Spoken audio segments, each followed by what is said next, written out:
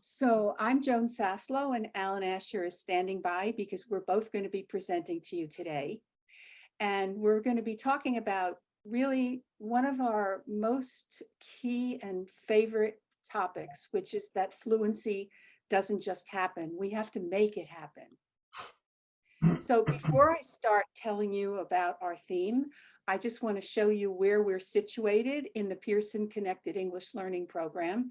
We're very proud and very grateful to Pearson that they've placed us in their Connected English program, which consists of courseware, and that's going to be connectivity that we're going to be talking about. That's our part of this Connected English Learning Program, but that the full Connected Learning English Learning Program includes courseware, assessment, certification, and it's underpinned by the Global Scale of English.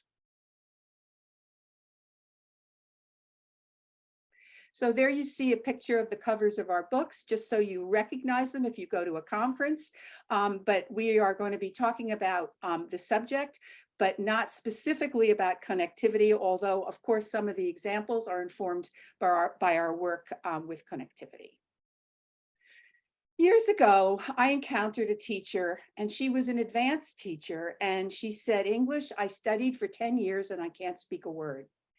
And I took that to my heart, and Alan took that into his heart.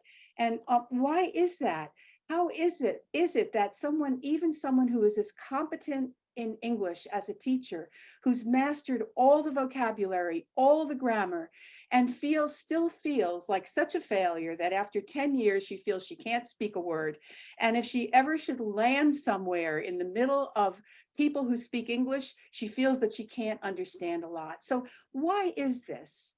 And this is something that has informed us and our work for over 20 years.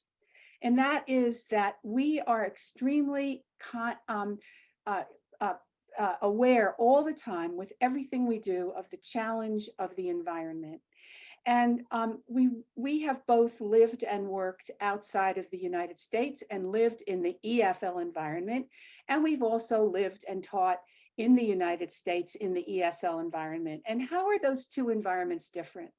Well, in the ESL environment, the picture up here at the top, you see people of diverse backgrounds, of diverse languages, who have to use English to communicate with each other. And anyone in that environment just has to step outside and be embraced by the English language. That person cannot help but notice the way people speak, to notice bits of writing on the wall, to listen to TV. You're bombarded with the way people speak English. In the EFL environment, on the other hand, people are generally of the same homogeneous background in your environment, and it's difficult to get to observe a lot of English or to practice a lot of English in the EFL environment. And of course, this is really the challenge that we face as teachers and as learners, that learning in the EFL environment requires certain modifications to our methodology so that we can, as much as possible, duplicate the multiplication of input that students really need, the way they would get it in the ESL environment, in the environment that you're living and teaching in, where people probably speak the same language outside of class and inside of class. The other challenge is the setting. Of course, it's always been a challenge to teach English in a classroom because the classroom is not the real world. The classroom is made up of students who all speak the same language. And it's also that the time that is spent in a classroom is very limited in terms of where students can get their exposure, their input, and their ability to practice. But today, with the growth of remote and hybrid learning, the opportunities for observation of language and practice of language are further reduced. So this increases the challenge of the EFL environment because it adds the factor of remote and hybrid settings, which prevents students from gaining maximum opportunity to observe, to learn, and to interact with each other. And fluency, communicative competence, is something that develops out of practice, where students have an opportunity to personalize language and to use it.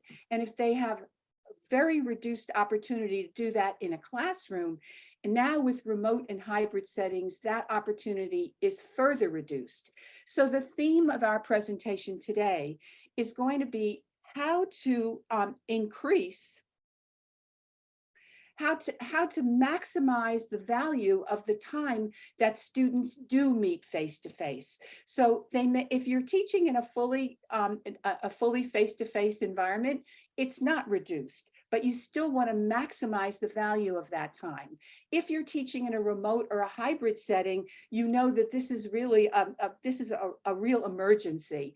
How can we get students to use the time that they're together to practice the language so that they can develop enough language, enough communicative competence so that they can be fluent? And as we said, it doesn't just happen. It doesn't happen magically. We have to make it happen. And that's going to be what we're talking about in today's presentation. So you all recognize the CEFR, the building blocks of personal expression that are made up of linguistic competence, which is the knowledge and mastery of grammar and vocabulary; the sociolinguistic competence, which is the ability to interpret and communicate social meaning. So that's much more than just knowing vocabulary and grammar, being able to communicate social meaning in your interactions with others. And also the third building block that we're going to address is pragmatic competence, which is the ability to negotiate and adapt during interaction, so that we know that whatever you learn in a classroom isn't ever going to be duplicated outside. So how can we take the language that we teach in our courses and have the students be able to adapt it so that they can react and interact with others who don't necessarily give them the expected response?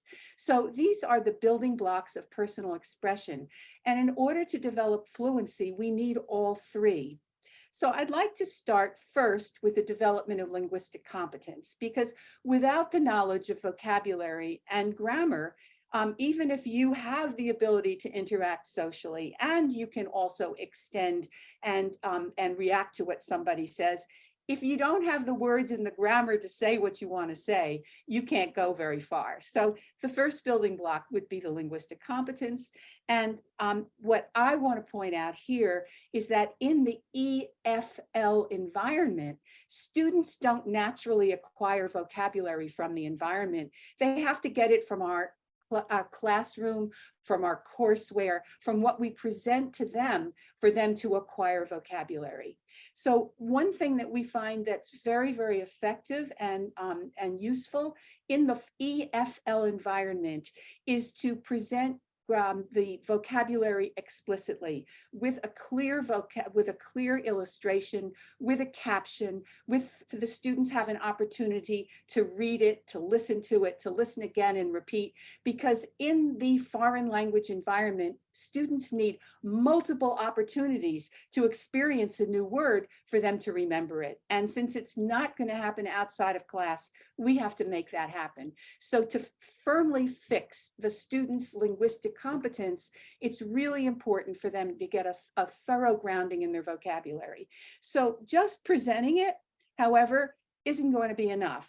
Students also need to encounter the vocabulary in different modes, because one of the things that Alan and I remember from the early days of our teaching is that whatever textbook we were given, the vocabulary and the grammar was taught, and then it was checked off the curriculum. Okay, we learned the food vocabulary, check it off, and then it never came back.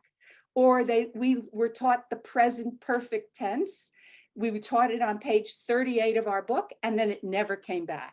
And the problem was that it's very difficult for students to remember vocabulary and grammar unless they experience it and practice it many times in the classroom, because in the EFL environment, they won't get a chance to do it outside. So again, we're going to bring back the vocabulary in a listening experience. And also we need to reuse that vocabulary. And this is particular conversation.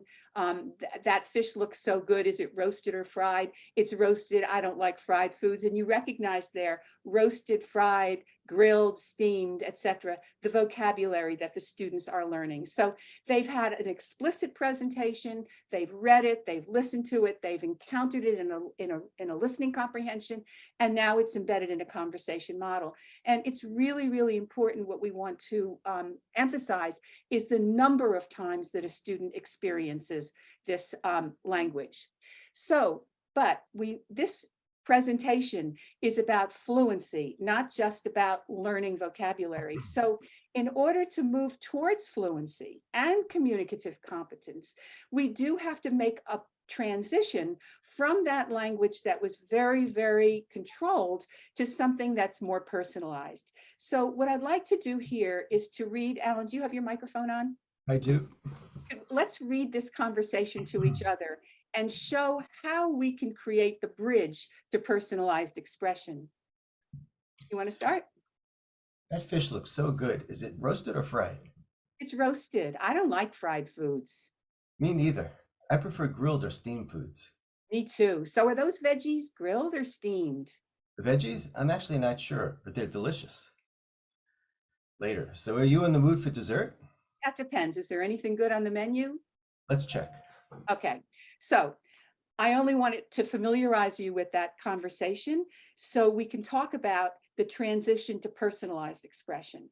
Ordinarily, in the books that I've been given, the students practice that conversation with each other, which is great. But it's really important for them to hear it on an audio to get the natural rhythm and intonation of the way a speaker would say it. So pronunciation practice is really, really important. And from that, we move to the conversation pair work. And if what you see here is a first step towards personalized expression, by blanking out certain gaps, students will begin to make this conversation their own. So this is a very first step towards personalization. This is not free expression. This is not fluency, but there needs to be a bridge between the conversation and the time when this language can actually be used communicatively and in a personalized way. So the first thing that would happen was that the students would be put in pairs, and then they would begin to put words into these blanks that are actually, you recognize the words. I don't like steamed foods. I mean, they might say that dessert looks really good. Is it cooked or raw? Is it steamed or fried, etc.? All of that can be changed. And then, very, very importantly, that would be the socio-linguistic competence. Me too, me neither. That's the beginning to use this vocabulary and grammar in a way where the students are expressing themselves socially. So this is a first step towards socio-linguistic competence. And then the third part here, keep talking, is the extension. Say more about your tastes in food.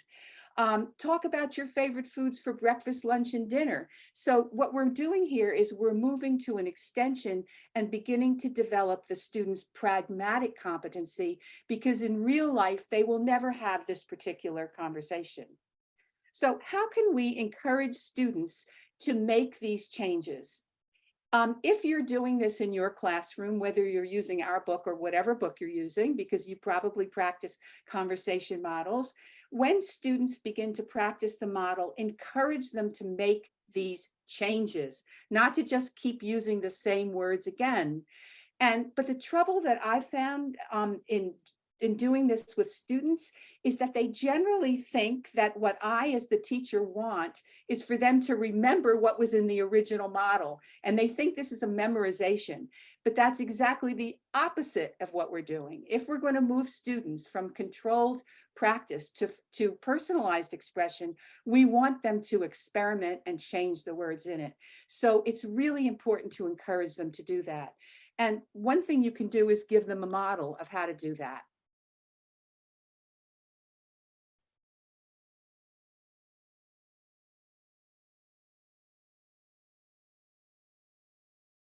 Let's role-play the conversation.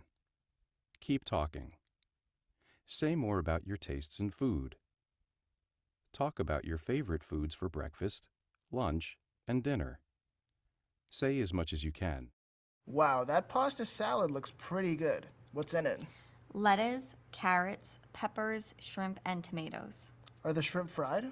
No, they're grilled. I don't usually eat fried foods. I love fried foods. They're so good. Well, they're delicious, but they're not so good for you. You know, my favorite breakfast is fried eggs with fried potatoes. No way. Fried food for breakfast? Well, not every day. What's your favorite breakfast? Me? I like eggs for breakfast too, but boiled eggs are more my style. So what about lunch? I usually have soup and a main course. What about you? I actually almost never eat lunch. I have a snack at my desk at work, then I eat a big dinner with my family at home. So you see there that what the students have done is they've practiced the actual model using the vocabulary and grammar. Then they've also changed it so that they've personalized it for themselves, and they've reacted to each other, which is their sociolinguistic competence. And then finally, in extending it, they don't know what the other student is going to say, so they have to react to what the student says. So in that way, linguistic competence can begin to build the bridge to true fluency practice. And then as a culminating activity, here students can look at popular street foods from around the world, discuss the foods that they'd like to try, and say as much as they can. And so you see a variety of street foods there, and the students have to use the language. I think the Mexican grilled corn looks delicious. We usually boil our corn, but now I'd like to try grilled corn. So they're using their vocabulary, and we're going to also ask them to recycle their language so that they continually refresh the language that they've learned in the past. So I'm going to pass the microphone to Alan, who's going to make the bridge to true personalized expression. Thank you. Hi, everybody. Joan talked about the ESL environment, the EFL environment, and in the ESL environment, she mentioned that students come from a variety of backgrounds. So the motivation to use English in class is very, very high compared to an EFL setting where students come from the same language background. So personal expression is being practiced in English in the classroom itself. In addition to that, they can step out of that classroom into an English-speaking world, and to get their needs met, whether they go shopping or meet people, they're going to have to use English. So the amount of English and the motivation for using English is very high in an ESL setting. I studied French when I was a kid. I studied in middle school and in high school. I was an A student. I did very well with grammar and vocabulary, and I studied for years, all those years in middle school and high school. And I had the opportunity when I was 14 to live with a French family in a small village called Miquelon. And I distinctly remember it took me several days before I opened my mouth to say something to the mother of the family. I was looking out the window and I said to her, "Oh, Miquelon is a beautiful city." And she said, "Oh, no, it's not a city. It's just a village. It's a small village." And I didn't speak for another week. I was too terrified. So here I was, an A student, and that's how difficult it was, to speak in French. And that's typical of the traditional approach to learning languages. In an EFL setting, you learn the grammar, you learn the vocabulary, and you don't really use it until you get out and have an opportunity in when you're surrounded by that language. And today, our students really can't wait that long. Many of them apply for jobs where English skill is one of the required skills. People are coming into their country who are using English from a variety of different backgrounds, and they may have to use it to communicate. So one of the questions we have to ask ourselves in an EFL setting is can fluency, can personal expression, can it be taught in an educational setting? Next slide.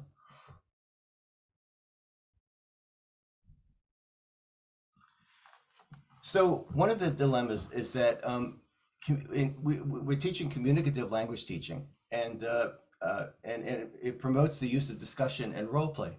But what we find is that too often in pedagogical materials, the techniques for helping students be successful at doing that are not fully developed. That we need to think about what can we do in the classroom to bring out the ability for students to express themselves. And Joan just gave a very good example of that with the conversation model, as a stepping stone, as a bridge to free expression. Next one. So one of the things we need to think about is how to get beyond linguistic competence. When we talk about communicative competence, the ability to comfortably use English in all ways, traditionally the focus has always been on linguistic competence, the teaching of grammar and vocabulary. And you can see with that story I just told that it's the sociolinguistic, that social interaction, and the pragmatic, being able to continue a conversation. Those are the two things I was lacking in that example. I was able to make one grammatical statement and that was the end of it. We're going to talk about a strategy that we call language planning using a technique called talking points. And talking points is a way to give students support to increase their comfort level and help them think about what to say and how they're going to say it. Next one. So these are typical topics that we oftentimes give students, and you see these in all your textbooks. You may recognize some. How would you describe healthy eating? So we put students into a pair or in a group and have them discuss that, or evaluate two different places to have a meeting. So students will do it. It's a collaboration activity where students have to collaborate on figuring out the best place. Invite your partner to a favorite restaurant. That's a role play where you're going to role play having a discussion about where to go. Excuse me. What are the downsides of the internet? And in my experience, and I'm sure many of you have had this as well, we'll give a topic to students to talk about, and once they start talking, they have nothing to say, or they stick to very comfortable low-level language, that they already know, and don't push themselves beyond that, or they get confused about how much to say. And so the techniques we're going to talk about today will address these topics, and some of these topics you'll see again in the examples. Next. So teacher trainer Mark Helgeson made a statement that I think is really interesting in that context. I think we too often demand instant production, which locks students into saying whatever they can come up with right away. So we're essentially putting students on the spot. We give them a topic and we say, now talk, discuss amongst yourselves. And that's not easy for students to do. It's very difficult for them to take that step. So he continues with, that means we don't let them get into the depth, complexity, and fluency that they can achieve. And that's what we want out of our students. We want them to have some depth in their personal expression. We want them we want complexity because we want them to grow. We want them to improve their ability, and fluency, their comfort level with their speaking. So what are some of the things that get in students' way? Well, to start with, they can't think of a thing to say. That going blank is typical among students in classrooms, and we've all had that experience where we try to get it started and they just can't get off the ground. They don't know what you expect. The students are worrying. How much does the teacher want me to say? Which direction does the teacher want me to go in? And so the teacher expectation is a big block for students. They forget the vocabulary they know. We teach vocabulary and we teach grammar throughout our lessons, and it's oftentimes a surprise to me, when I ask students to have a discussion, how little of it they actually use. They kind of forget that they have that in their pockets.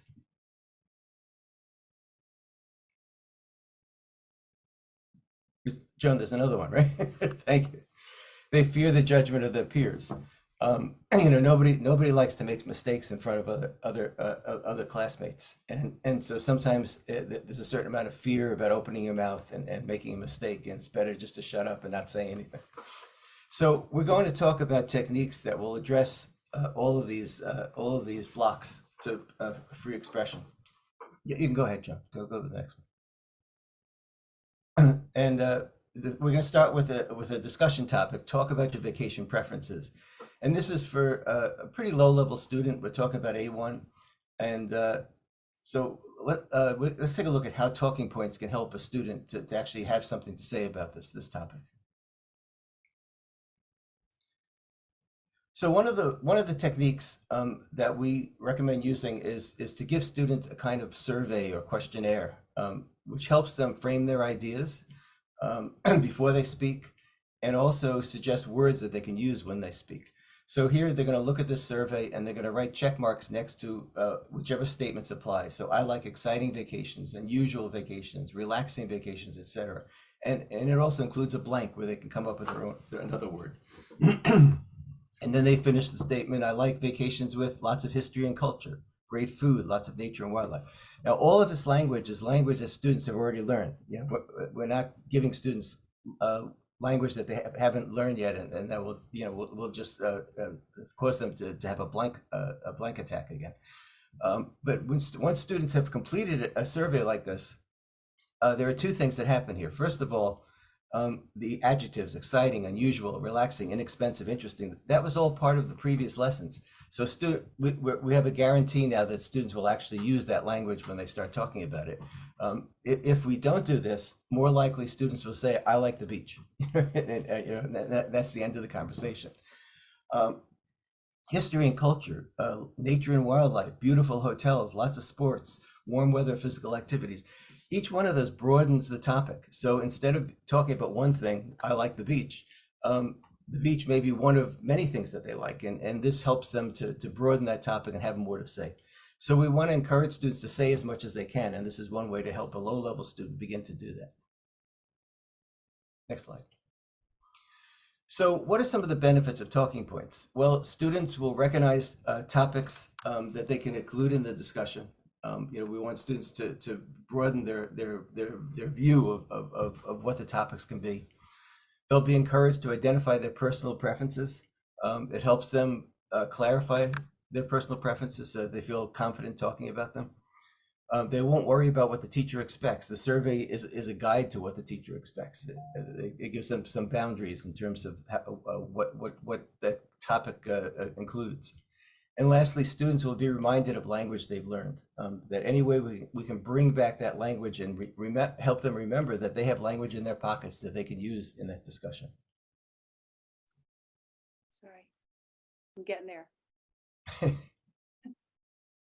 Thank you. So here's another discussion topic. What are the rules for appropriate dress in this country? They've had lessons about clothing. They have adjectives about clothing, but how can we use talking points to help them have this discussion?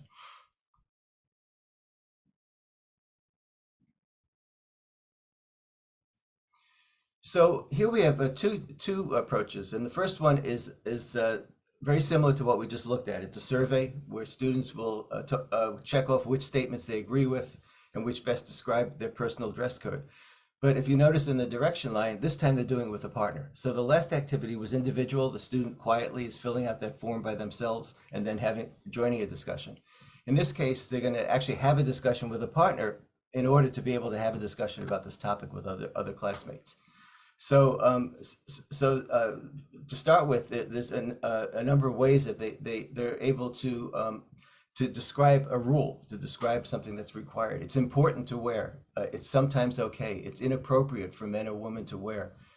It's okay to wear anything that etc.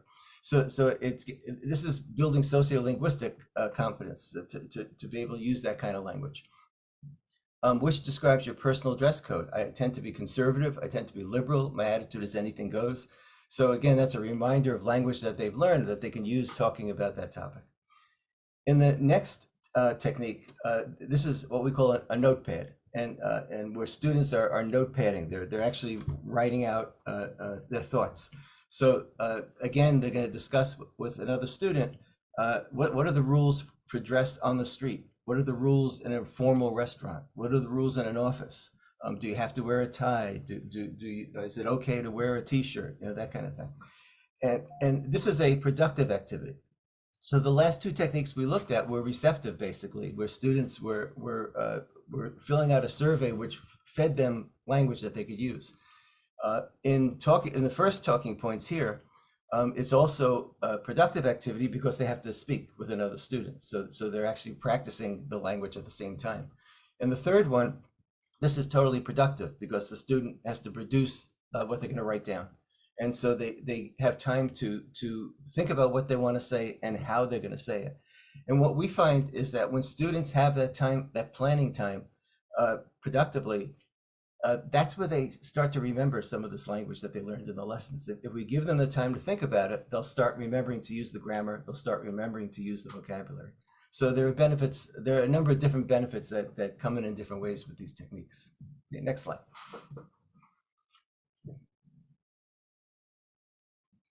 So here's another discussion topic. What are some of the upsides and downsides of the internet? And very often when we ask students to talk about the internet, it's fairly typical in my experience, and I'm sure you've had this as well, that students tend to be pretty positive about it, that, oh, the internet is great, and they don't really have anything bad to say about it. It's just, in their experience, it's something they enjoy and they're glad they have, and they have positive things to say about it. But in fact, we know that this is a topic that has upsides and downsides. And so one of the ways we can get at that is through the use of a notepad. So here they have 3 notepads, and the first one is about using social media on the internet, the second is about finding information, and the third one is about shopping. And what we're asking students to do with a partner is to think about the upsides of using social media, that you meet a lot of people, it makes you feel connected. And what are some of the downsides of social media? Well, people can be very critical, or they can get into political debates, and there are things that can make you very uncomfortable with social media. So this is a technique that you can use for a lot of different topics, where you ask students to look at the upsides and downsides, to look at the pros and the cons, to look at the pluses and the minuses, the advantages and the disadvantages.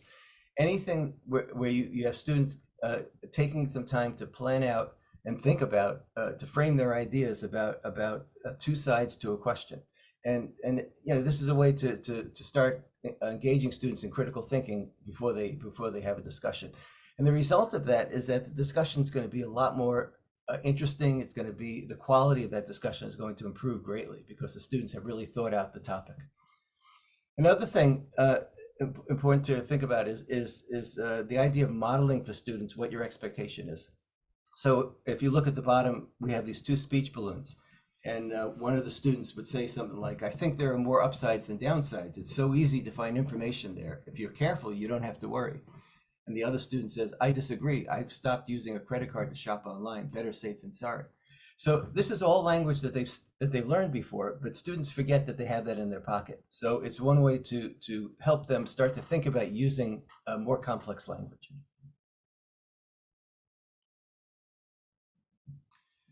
Now, this topic is a role play, and this is at a very low level. And we oftentimes think that it'd be hard to help students start to plan out what they're going to say at that level.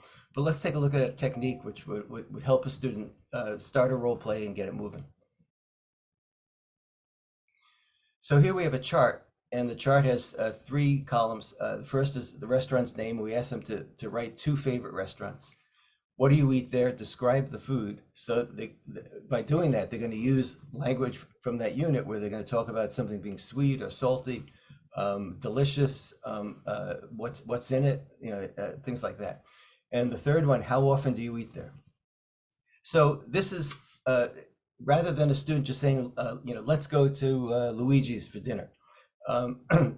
They have more to say. It's starting to help them expand their thinking in terms of the topic. In addition to that, we have this recycle this language on the bottom.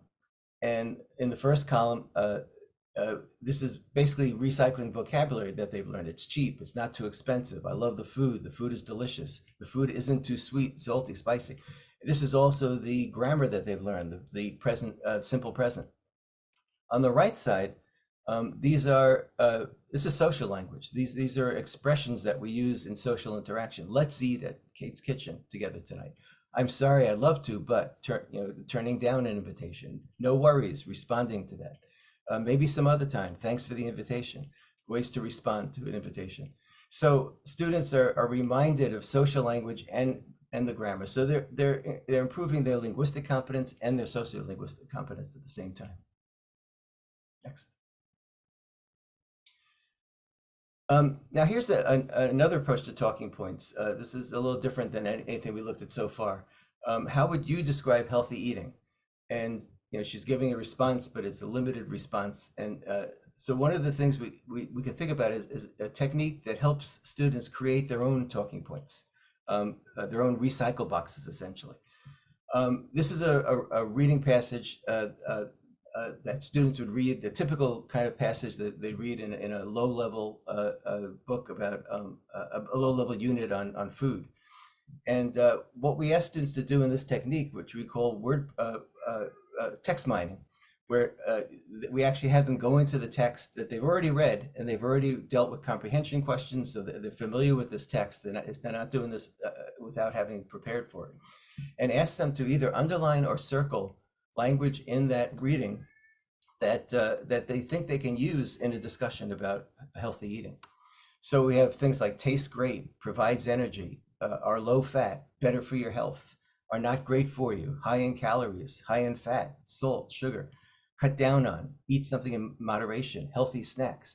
So all of this, when students actually have a discussion about healthy eating, we're improving the quality of expression. We're getting more depth and more complexity, like Mark Helgeson suggested in that quote that I gave you earlier. And so the level of vocabulary is going to be really heightened. It's not just I like, I don't like. It's a more interesting and more a higher quality discussion, and more quantity as well. Students have more to talk about. Next. Now, one of the issues that we always hear about from teachers around the world is something called the intermediate plateau, where we see in students in the early levels. If you look at the 1, 2, 3 as an example, we see a lot of growth, fast growth, and noticeable growth. It's really obvious that students are improving very quickly because when they start, it's all new to them, and so we see that growth up to the intermediate level.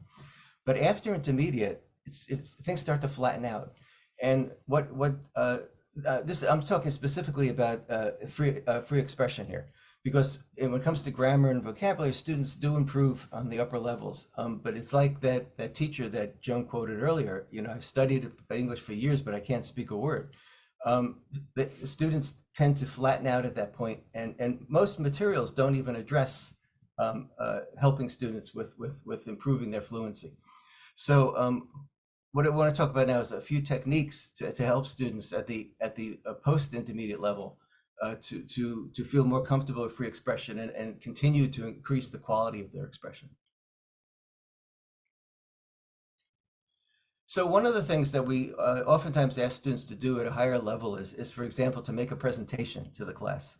And in the process of making a presentation, there are lots of opportunities for planning and getting students to think about the topic and increase their view of the topic and being able to increase quality and quantity of expression.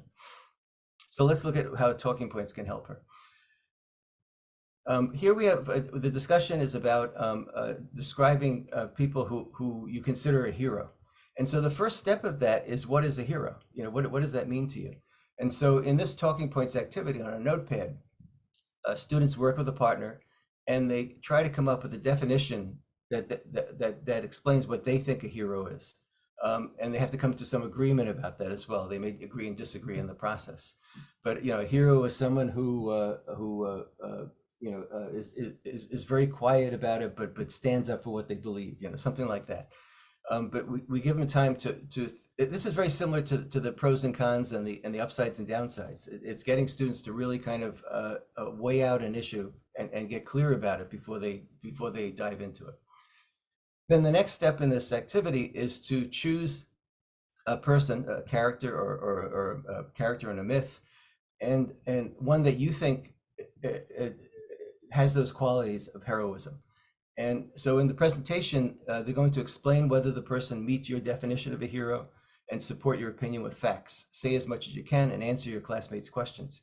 So there's a lot we're asking them to do here. For starters, they have a thesis, which is that, I think a hero is X, Y, or Z.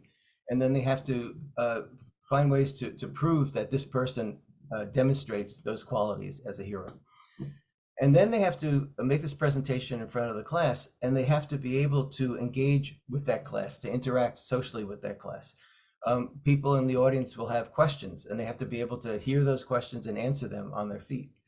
And this is the building of pragmatic competence, the ability to actively listen to whoever you're communicating with, and to be able to respond accordingly. And so those kinds of activities are really important for students, and especially at this level, to really challenge them further and increase their ability to express themselves freely. Next one. This is another one I pointed out, the collaboration activity before. Choose between 2 locations for a sales meeting. And this is a very, real world kind of activity that students might have if in a job, if they're working somewhere and they had to use English. Collaboration is something that oftentimes employers want their employees to be able to use those kind of skills.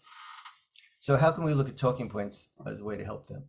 And one of the ways is to continuously teach social expressions that students that will increase the complexity and depth of their speaking ability in free expression. So they're going to be talking about this location. They're going to have agreements and disagreements, but we want to provide them with higher level language for that. It's not just I agree, I disagree. So we have on the one hand, on the plus side, on the other hand, I suppose that's true. I'm not so sure. I've heard, it seems to. Don't get me wrong, there are too many downsides, etc. So what students actually do in this particular activity is you can see those check boxes, and as they use these expressions, they check them off. And this can be done at any level, actually, with any of those recycle lists. Getting students to actively use that language and consciously check it off as they use it, so that they're really pushing themselves and taking the challenge to broaden the language that they use in discussion. This also can be done as a game. You can see the game option on the top, where they compete with the partner, and each check mark is worth 1 point, and they can be used more than once. So it's a way to motivate students to really actively use that language. And by doing that, instead of an intermediate plateau, we'll see students going up and increasing their competence in using that language. So getting back to Mark Helgeson's quote, he said, that means we don't let them get to the depth, complexity, and fluency that they can achieve. So, we believe that if you expect more, your students will achieve more. If we expect more depth, if we expect more complexity and fluency, they're going to achieve that. And using these talking points techniques is a way to push that and get students to take the challenge and really improve their ability. Next. Last thing I want to leave you with is a simple technique. Oh, that's really blurry. What happened? Okay, that's better. We all do find someone who activities. Most teachers like to be able to do that. It's a great way to get students to stand up, move around the class, and get moving and meet the other classmates. But find someone whose activities tend to be very simple. For example, find someone who knows about someone who has experienced some kind of discrimination. So they find someone, they write the name down, they move on to the next one. Find someone who doesn't agree with a relative about politics. They find someone, they write their name down. But if we do a find someone who activity and make it a little more complex, for example, Joan hit the thing there. Okay, if we provide them interview questions, for example, find someone who doesn't agree with a relative about politics. You find somebody, and then you have to interview that person. What do you disagree about? How would you describe that person's relative's political views? Or the next one, has a novel idea for how to fight government corruption. The interview question is, what is the idea, and why do you think it could work? So it encourages students to actually have a deeper discussion about the topics that they're finding somebody as an example of, and you get a richer outcome from doing it. So I'm going to pass it back to Joan now. do you hear me? Yep. Okay. So in the last part of this presentation, I want to relate to what I said in the beginning part of the presentation. We started by saying that in the EFL environment, students need multiple opportunities to be exposed to language and to practice language in a classroom, because they don't get the opportunity to do that outside of a classroom in the EFL environment, which is where you are teaching. But that those opportunities are further reduced by the fact that many of us are now teaching in hybrid and remote settings, where students have even less opportunity to interact with each other. So I want to share with you just some quickie strategies to maximize face-to-face communication practice if you are teaching in a hybrid or remote settings. You probably won't adopt all of these. I may be pushing it a little bit far in some, but they're just some ideas to think about. One is reduce or eliminate homework checking in class. So if your class time is even shorter than it used to be, it doesn't make sense to spend your class time checking homework. There are other ways to do that with students. Dedicate the maximum class time to conversation, role play, and discussion activities. So that means that wherever you have a discussion or you have a conversation model, whatever you're doing with it, that most of your class time you should be devoted to that practice, because it's the only time that students are going to get an opportunity to do that. Now, this is a little controversial, but I'm going to suggest a way to divide the competency development so that most activities for linguistic competency can be done by students working on their own. Remember that linguistic competency is the learning of vocabulary and grammar. So many of those can be done while students are away from class or working on their own, which means that you can spend maximum time on developing the sociolinguistic and pragmatic competencies that relate to students becoming fluent. Another example is to ask them to read their textbook readings and complete their listening comprehension activities when they're alone. They don't need to do that in a class. Have students complete talking point activities, surveys, notepads, etc., outside of class, then have them use them for support during their discussion in class. One of the things that we want to share with you is that the techniques that we're recommending, the talking points, so that students can prepare their thoughts and get maximum productivity, that you can do this with any textbook. You don't have to be using connectivity. Many of you can create your own surveys and notepad activities, and we hope that some of the examples that we gave you will be helpful for you.